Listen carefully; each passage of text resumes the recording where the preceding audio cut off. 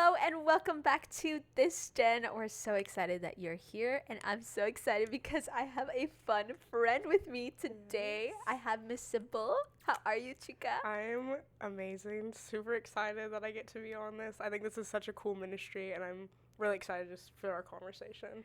I'm so happy that you're here. Cybil actually, and I was mentioning this to someone earlier before we started recording, but Cybil kind of helped guide this podcast in last season because through her I was able to go to a church because I saw it on her social media, and that really plugged me in a way that I didn't know that I needed to be plugged in. And so I got to meet Pastor James and Pastor Steph that came on last season, and so I know that the Lord put you in my life for a reason. We met at college, and literally we've never had, I think we had one conversation. And I'm going to say this before we start, because I walked in, we met at college for, it was at the beginning of the fall semester, and we were kind of looking for like community on campus. Bible studies and stuff, yeah. And I was so nervous. I was so anxious. It's such a big school that I literally was so nervous. And I was going in and I was like, Lord, give me peace if this is a place that you want me to be a part in. And I sat down and nobody came up to me. I was sitting at a table all alone. I don't know if you I vaguely remember that night, but I don't remember a lot of it. But I remember it because everybody was talking to each other. Everybody was looking around. And to be fair, could I have sat at another table? Mayhaps, Yeah. But everyone kind of already had their groups. And so I sat down and nobody came up to me. They were walking around and no one came to say hi. And then here comes this, curly haired, bright eyed girl. And she comes and she sits next to me. And for the rest of that time, I felt more comfortable. I felt so much more at peace. We had a little bit of conversation, and then I never saw her ever again. She disappeared. Because I just didn't go back on campus at all, and with our schedules, they never aligned. I think we tried to have coffee 3 or 4 times. Yeah, it just kind of fell through. And it just fell through. So I'm excited to just have a conversation about this with you. I'm so excited too. And to, fingers crossed, be able to see each other on campus this semester. Yes, more than once. Yes. So Cybil, why don't you tell us a little bit about you before we go into about this? Me. So I go to U of H with Elisa, and I am studying speech therapy in the hopes of becoming a speech therapist assistant. I'm very passionate about kids and just working with kids and just kind of being that mentor type guide figure for kids. And so I think that's something that God's kind of been leading me to in a professional setting, just being able to be that therapist type, guide figure in a kid's life, and just seeing their progress in that. So that's really what I do for school, outside of school, and work, and more of the serious stuff. I really enjoy serving at Ellis Church that you were talking about with Pastor Steph and Pastor James. Really enjoy the people there and just getting more plugged in every day, it feels like. So yeah, and it's been almost a year, right? It's been kind of almost a year for me going consistently, but over a year of me being in some shape or form involved with the church. Yeah. So yeah, crazy. That's awesome. That's awesome to see that that growth in that community, because I feel from going now to services, it kind of feels like you've been there for your whole life. I know, and it feels that way at times for me too, but then I'll have a weird I'll blink and I'm how did I get here? Where am I right now? So it's it's so cool looking back and seeing how fast things fell into place, because I feel that just shows God was in it and his hand was over it, because it was nothing I did. But. And you literally found your community, which is what this episode is about. The title is Finding Friends, and it's a part of the series that's called Voicemail, which, the series is basically learning how to trust God when we have these unanswered prayers, right? Those prayers that, to some extent, as a metaphor, we can say are in God's voicemail, right? But they're not in the trash. Right. They're there, and he's waiting to call you back and answer that. Might not be, I love that. It might not be in the way that that we want it to be responded, but there is going to be a call back, right. And so in this episode, we're gonna kind of focus on like learning to trust God to lead you to the right people in the right community. As young adults, because this is a young adults podcast, right? I feel like most of us are in that season where we're either in a transition state from high school to college or from college to real life. And in those seasons, you make friends, you lose friends, and you're kind of trying to find the people that the Lord is like helping you to be around, so that, you know, like your iron can sharpen iron, so that you can grow together, so you can find your partner. Like all of these things are gonna like intertwine at some point. So my first question for you is like, have you ever felt that you outgrew a friendship, or like that it was that you like just that you outgrew a friendship?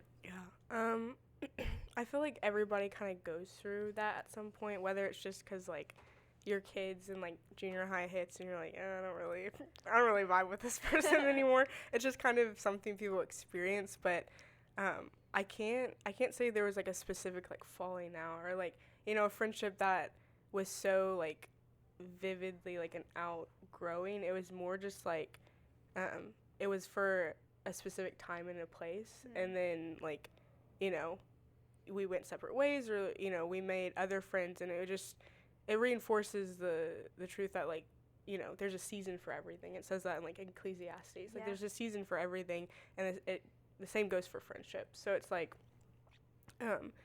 I do think like I've had some friendships that were just for a time and a season, and eventually like we got to places where we headed in different directions, and it was never with any like hard feelings or like, you know, drama or like anything like that. It was just like people grow and change, and their desires grow and change. But I do believe like even with that being the culture of like friendships, like, you know, sometimes it is for a time and a season. I do think God blesses us with friends that, you know, survive those times and seasons, and aren't just for a time and season, like they're for life, and like they're, like you said, they're there to like sharpen you. So I've definitely had like a mix of both in my life, but I think it just kind of reinforced the truth of like, you know, nothing is, you know, granted to you, especially relationships. So it's like, you know, cherish it and really steward it well if like God's putting somebody in your life for a time and a season, because that means like you have a purpose in that person's life. Yeah, exactly. So I'd say that's my answer for that. And I like how you talked about how like you haven't had any, and I pray that you do not have in the future, but like dramatic endings, right? Where you just both start veering in different directions, and y'all kind of both had the strength. I don't know like your story, but in general, like let's say like two friends are veering apart, and your beliefs are not aligning anymore, right? And you have that strength to say, this is my belief and I'm going to continue to walk in this way, and I love and respect you, but I'm not going to walk with you on this next season, because that's not for me, you know? And having that perspective shift of like, it's okay to not walk alongside the same people for your whole life if you're not aligned, has been really helpful for me. But I will admit, I have had a lot of friendships, I don't want to say die, because most of them have actually come back to life. That's you good. know? They were resurrected. They did resurrect. But that only came because like I have a tendency, and I'll admit it, I have a tendency to like notice whenever like we don't align anymore, and it's so strong. And at some point I have a bad tendency to like just people please and go along with it for a while and not say anything and not say anything and not say anything until it builds up. And then I'm like, I'm done, I'm walking away, this is it. And that's not fair to the other person, because they never really understand the extent of everything that I went through in that friendship. But, you know, I'm getting better at it, I think. But what has helped is that like after a while, I know like, and specifically I had like 3 friends that we kind of had a falling out to, because of like that experience of how I dealt with it.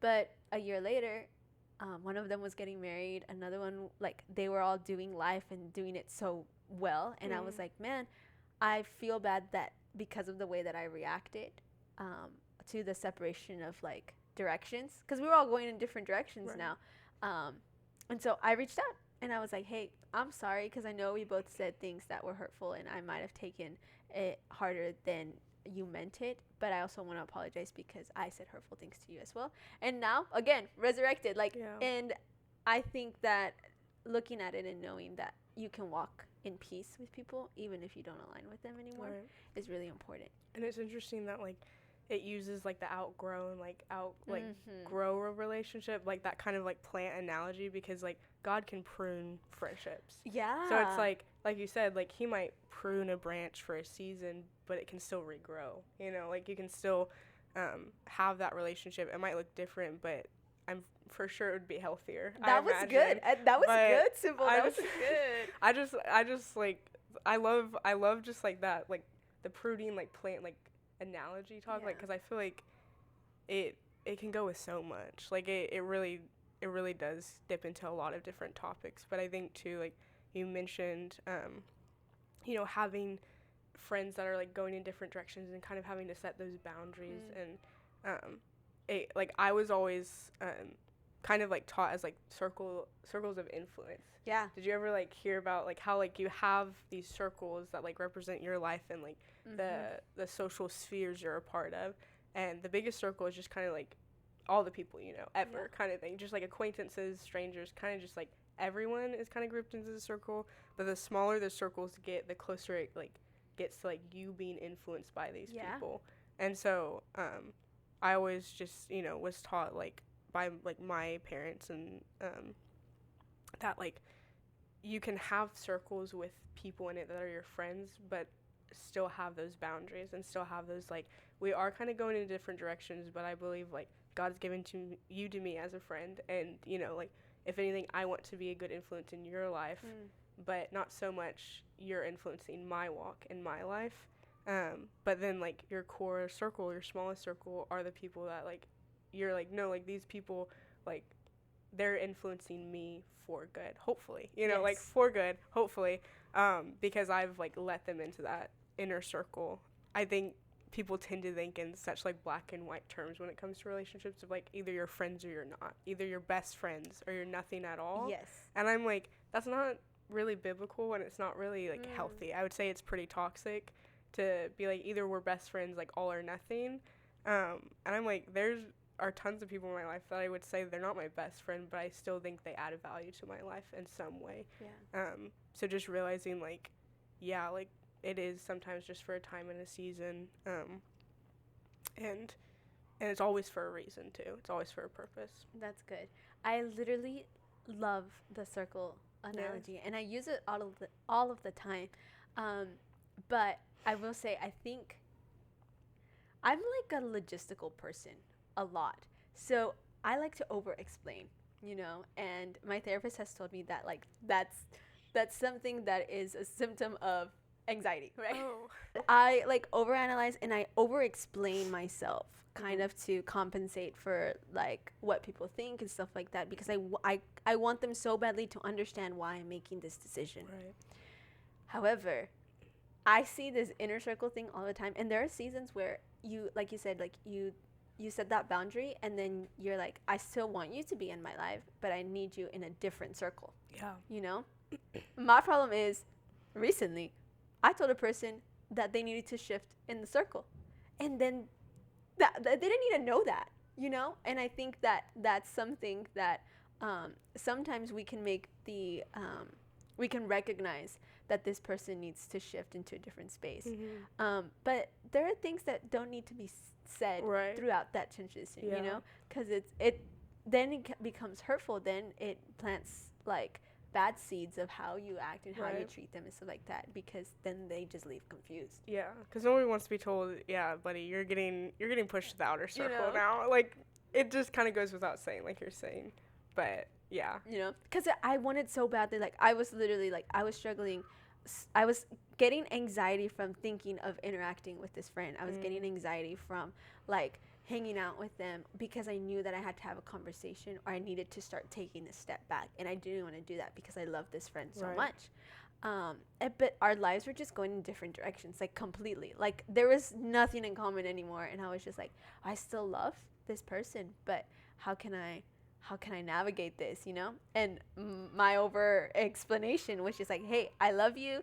I still want to be your friend. I think we just need to take a step back. And I literally said, I was like, you know, the inner circle can only hold about 5. I'm not asking to like not be in your circle anymore. I just want to be number 6, you know? But it's like, oh my gosh, like people don't need to know that. Yeah. Do you know what I mean?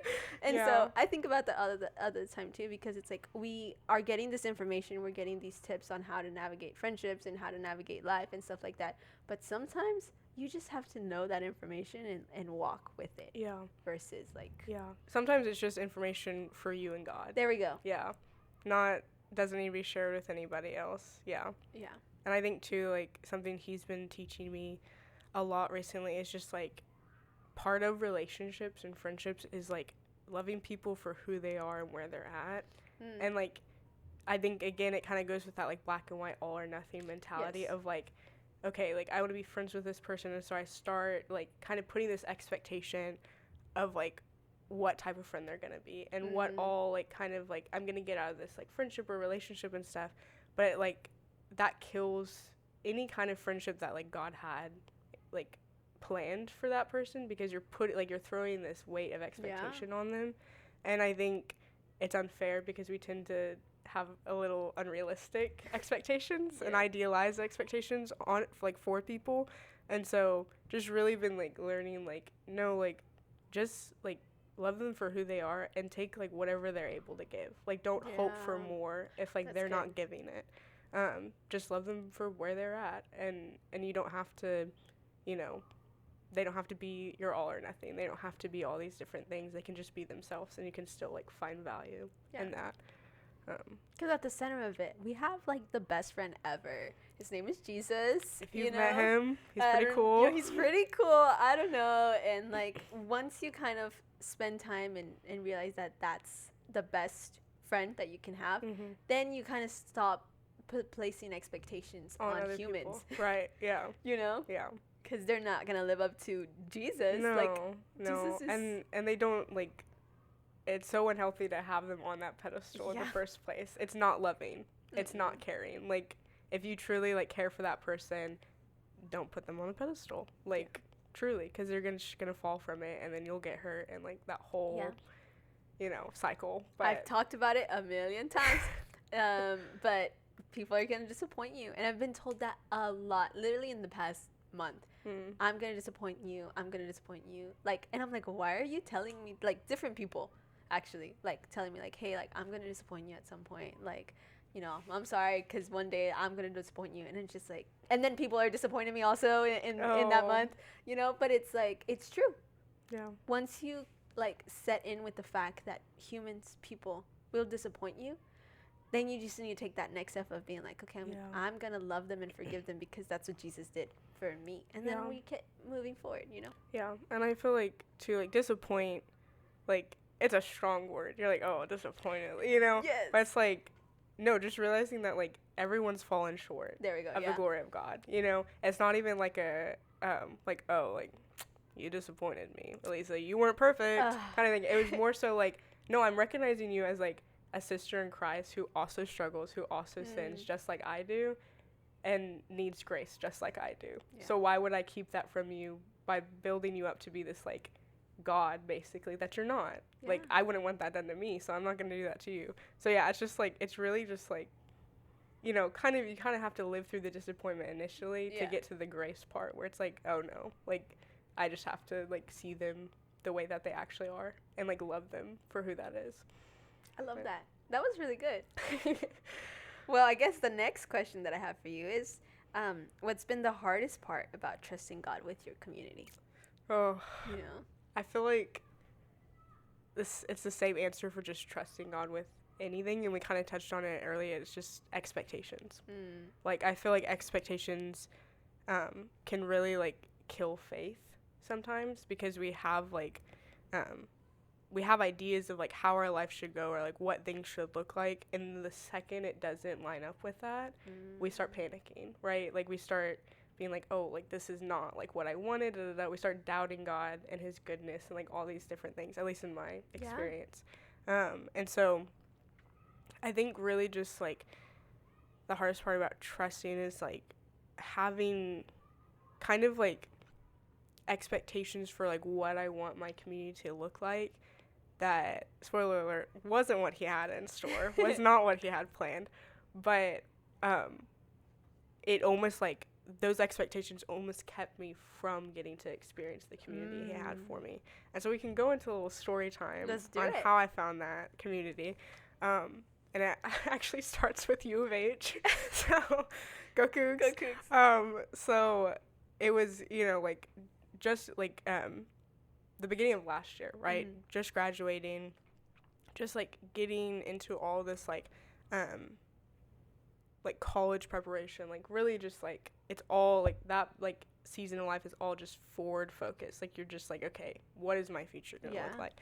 And because I was graduating high school, I knew like the community that God had blessed me with in high school was not going to be like the primary community I had outside of it, because they were all going to different colleges, and like, you know, we still like keep in touch and we're still like really close friends, but it just wasn't going to be like the community and like the backbone in my day-to-day life that I had in high school. And so I, you know, I was looking through like all these different like Bible groups and like, you know, church groups and stuff like on campus that I could be a part of, like literally like researching, being like, okay, like I'm gonna like, I know I'll need something, and so I'm gonna find it there kind of thing. Like that was my expectation. But before that first semester in the fall, I started working at this summer camp. Yep.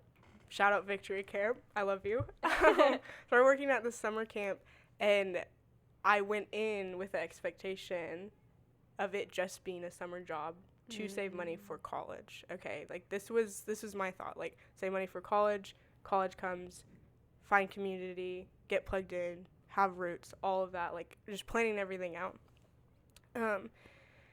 And I just remember like, my expectations for that summer were so low. And I think when we think about it, any expectation you have is low when it's compared to what God has for you. Because it's like, we can't, like people say like, oh, like my expectations were too high, High expectations don't exist when God's in the picture. Like, he's always going to blow your expectations out of the water. So my expectations truly for college, for summer, whatever it was so unbelievably low for myself. And I was like, yeah, like I'll be lucky if I like come out with like one or two friends kind of thing. Like, I'm just gonna try to like, you know, get through it, make money, yada yada yada. Yeah. And so little did I know that like that just me working camp became like the catalyst of like finding so much and being blessed by so many different opportunities and just people, because like I got to know people, and I got to like kind of just take my guard down around people, and really just like it's one of those things where you can't even put it into words, because of like, it's like almost every single day I'm learning a new way that I've been blessed by just that first summer. One of the biggest ways was I remember like the first day that I walked in, they have like these core values. They have 14 core values. And I remember number 10 like really stuck out to me, and it was titled like miracles still happen. And it was, we don't just hope for miracles, we expect them, because God is a God of big things, and he still does big miracles. And I remember feeling so challenged by that mindset, and it felt so foreign to me, because up until that point, like my relationship with God was very much like, I'm going to hold my hopes and my expectations close to my chest, because I know, like, if I show it to him and I ask him, there's, like, that room for disappointment that it won't come true. So I just won't ask. Yeah. And if he chooses to bless me, great. If he doesn't, didn't get my hopes up type vibe. So I remember feeling so challenged by this mindset of, like, expecting big things from God, and really just wrestled with it for the first part of the summer. Until I was just reading in my like personal Bible reading time. I can pull it out if you want. Yeah, do it. It was about Jesus interacting with these blind men, And it says, so this is Matthew chapter 9, verse 27 to 29. And it says, and Jesus went on from there. 2 blind men followed him, calling out, "Have mercy on us, Son of David." When he had gone indoors, the blind men came to him, and he asked them, "Do you believe that I am able to do this?" "Yes, Lord," they replied. Then he touched their eyes and said, "According to your faith, let it be done to you." And their sight was restored. And reading it, like, on my own, Matthew, like, the beginning of Matthew is so full of, like, Jesus encountering these people. Yeah. And really, like, calling out their faith and being like, "Your faith is beautiful, daughter." Like, I've never seen so much faith in all of Israel. Like, really just, like, meeting these people with radical faith. And having been reading Matthew, when I came to this point and that question, "Do you believe I'm able to do this?" And their ready reply was, "Yes, Lord." I thought to myself, I was like, okay, if Jesus ran into me the way that I am right now, would he call out my faith? Would it be that radical? And I knew, like, in the heart, like, my heart of hearts, that the answer would be no. Like, it wasn't that radical. Yeah. And I wouldn't be able to say as readily, "Yes, Lord, I believe you're able to do that," as the blind men were able to. And so it really convicted me. No, like, yeah, a gut that's punch. big. And I remember just, like, chewing on that. Just, like, that wordage of, like, he's able. Like, he is able in any and every season. He's able to do and be whatever you need him to be. And so I just remember, like, that wordage sticking with me, like, the able wordage, like, the wording. And so just being able to see so much fruit from it, just because he first had to teach me that he's able. And again, remember, my expectation was I was going to find community in college. And I remember during that process of trying to find that group to be a part of, I kept praying the prayer of, like, "God, just put me where you want me." I didn't specify that it was just college. School, yeah. I was, and he took that and he ran with it. He's like, "Okay, I'll put you where I want you. I want you over here." Like, completely different place. And so yeah, I would just say, like, expectation. Like, don't lower your expectations, because they're already low compared to his. Like, just realize that, like, again, like the blind men, if you don't have faith, you're blind. If you don't believe he's able, you're blind. But it's the moment you decide to have the faith that, okay, he has a vision for my life. I might not see it, or my vision might not always match, but that doesn't make him any less capable or any less faithful or any less good just because I can't see it. But God willing, you're able to, like, answer, "Yes, Lord, I believe you're able," and he can take the veil off your eyes and see, like, look how much, like, I have for you. So no, yeah. That's good. And it's like asking, you shall receive. You know, like, he's ready, and he's ready there to give it to you.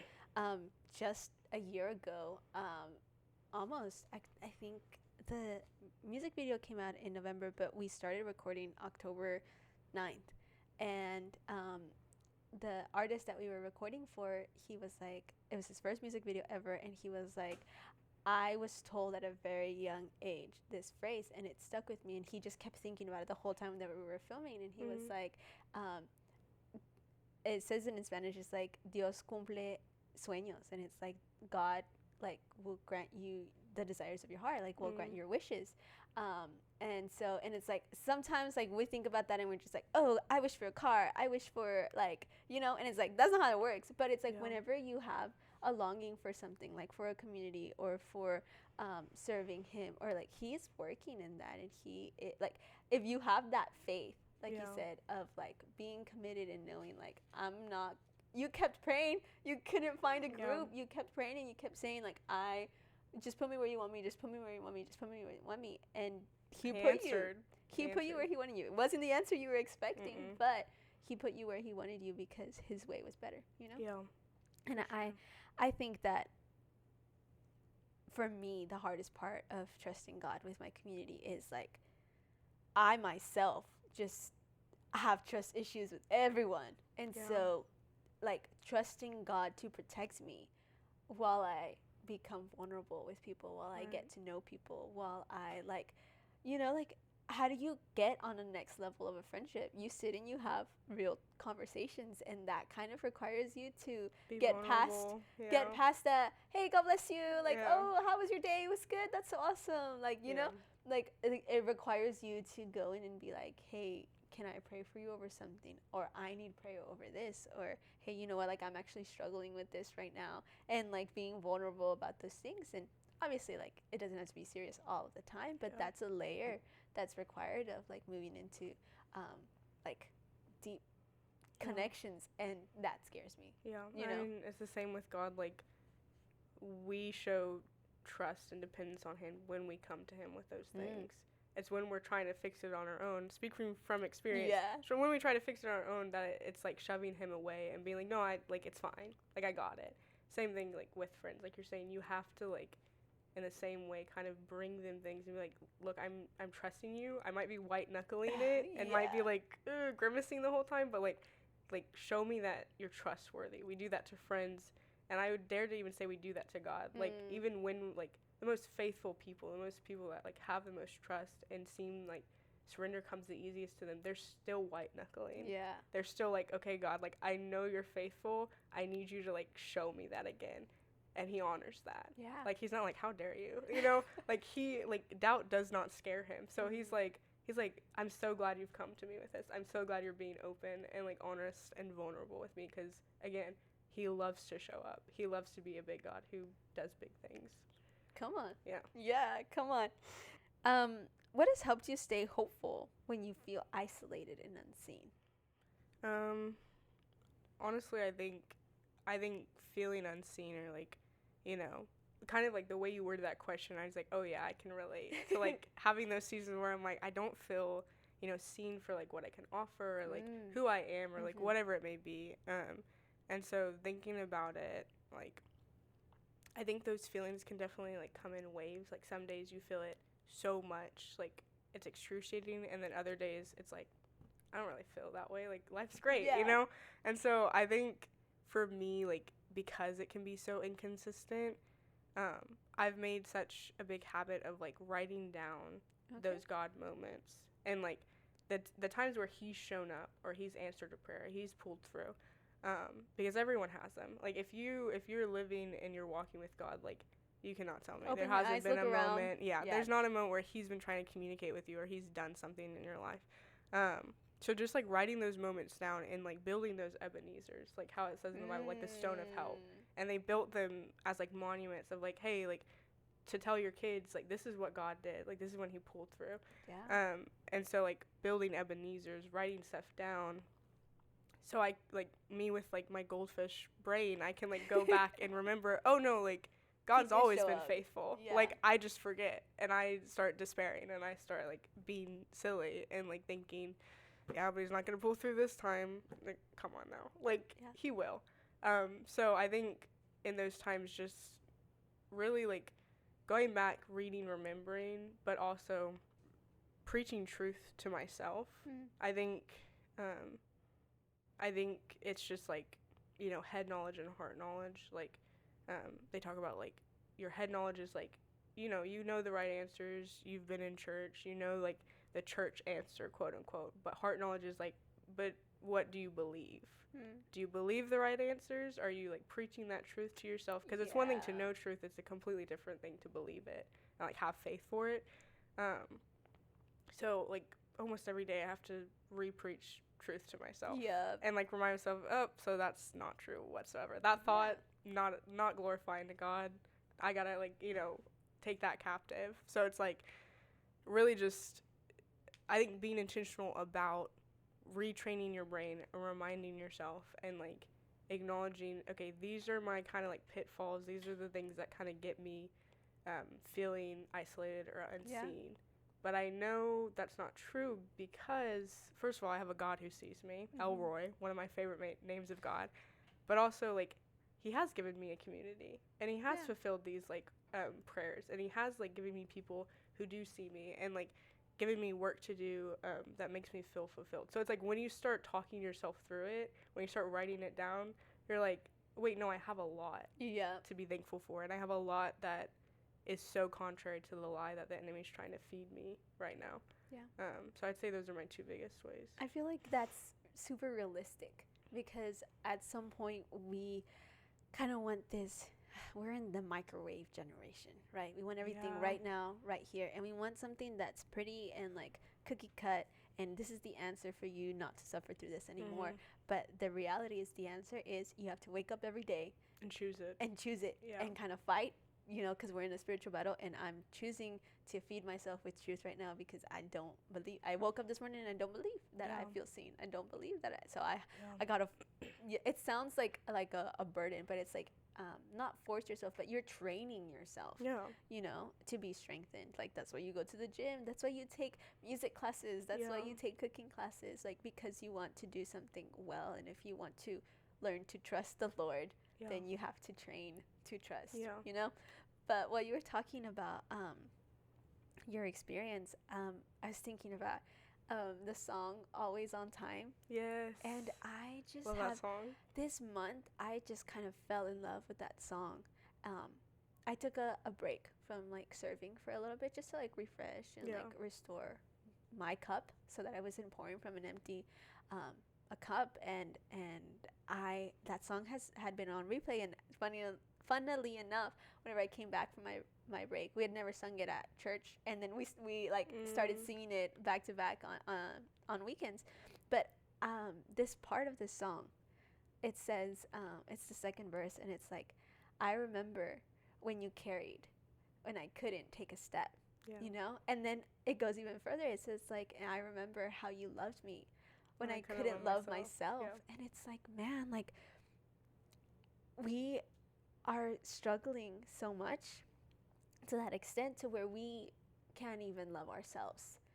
How are we going to trust the God when we don't even know ourselves? Like, you can't trust yourself. You can't love you have to know your identity. And that's where I was going with that it's like, it helps me stay hopeful whenever I feel unseen, because I know that someone is carrying me, that my identity is daughter of the Most High God, that like, that's what I have to remind myself when I feel unseen.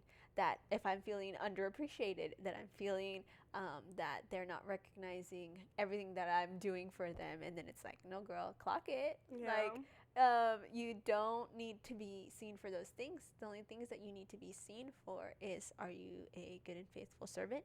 Are you spending time with me? Are you like, remember that you're my daughter, that I'm gonna love you no matter what. And I've proven that, like you said, time and time again. Like, he's loved me no matter what, because there is a season of my life where I was not showing him that I loved him, and he still protected me, and he still carried me, and he still, like, he was on time over and over again, and and so I was just thinking about that song, and since that song's been like in my head, in my heart, like in my spirit for the past month, I was just like, man, like, it's so true. To wrap it up, Cybil, what prayer helped shift the way that you approach friendship? I'd say 2 prayers come to mind. One that's been on my heart recently is a very short one, and it's just like, I want what you want, Lord, nothing less and nothing more. Because it kind of rhymes. Yeah, go on. A little bit. So it's easy to remember. Yes. But because it kind of manages that expectation problem of, like, in my personal testimony, my personal walk, expectations where I get in trouble. Because I'm saying, like, no, like, the things I'm imagining, they're pretty great. And so I start doubting whether or not, like, he's going to pull through with something as great, right? Which is horrible. It's so foolish. I'm like, come on, like, girl, get it together. But I just kind of managing that expectation of, like, no, like, I want what he wants. Yeah. Because I know whatever he wants for me is going to be so much greater than what I even want for myself. Because he cares even more than I do about my own life. And so I want what you want, Lord, nothing less and nothing more. Yeah. Because if it's less than, it's not going to be as great. If it's more, then I probably don't need it. And I'm probably not even capable of carrying it. So just that's kind of like the silent prayer I'll say if, like, I find myself, like, discontent or, like, trying to manage those expectations of, like, no, like, the truth is, like, I can't be anywhere he doesn't want me to. So if I'm here in this season, like, that's what he wants for me. Yeah. And I want what he wants for me, so I can be content in that. And I really like that we're ending the episode in that sense, because it's like, yeah, like, at the end of the day, we have a father, our Abba, and he is taking care of us. He's not going to want us hanging out. This is a friends episode, right? So it's like he doesn't want us hanging out with people who are gonna harm us, and he wants us to be happy, to find enjoyment in the little things. Like if you're, sitting in your dorm room, if you're sitting in your bedroom because you are a commuter, like both of us, like you're lonely because you're not finding community. What you do is you sit down and you sit in that space and go, God, you know my heart, and you know that this is a desire that I have. So please fulfill your will. It's like you said, like no more, no less. Like if you have seen his provision in the smallest little things, you need to have that same amount, if not more, faith for the bigger things that you're asking, Yeah, for sure. So thank you so much for joining us, Cybil. It was an honor to be able to talk with you. This is super honor to be here. super so fruitful. Yes, I had a great time, and I hope that it was fruitful for you and that it was a blessing to you. As always, if you have any questions, if you have any prayer requests, the comments, the DMs, they're open. Not the demons. We rebuke those in Jesus' name. In Jesus' name, the DMs are open. Let us know. We'll help you in whatever way that we can. We'll see you next week. Bye. Thanks for joining us. We hope you tune in next week. And don't forget to follow us on Instagram at thisgen.podcast.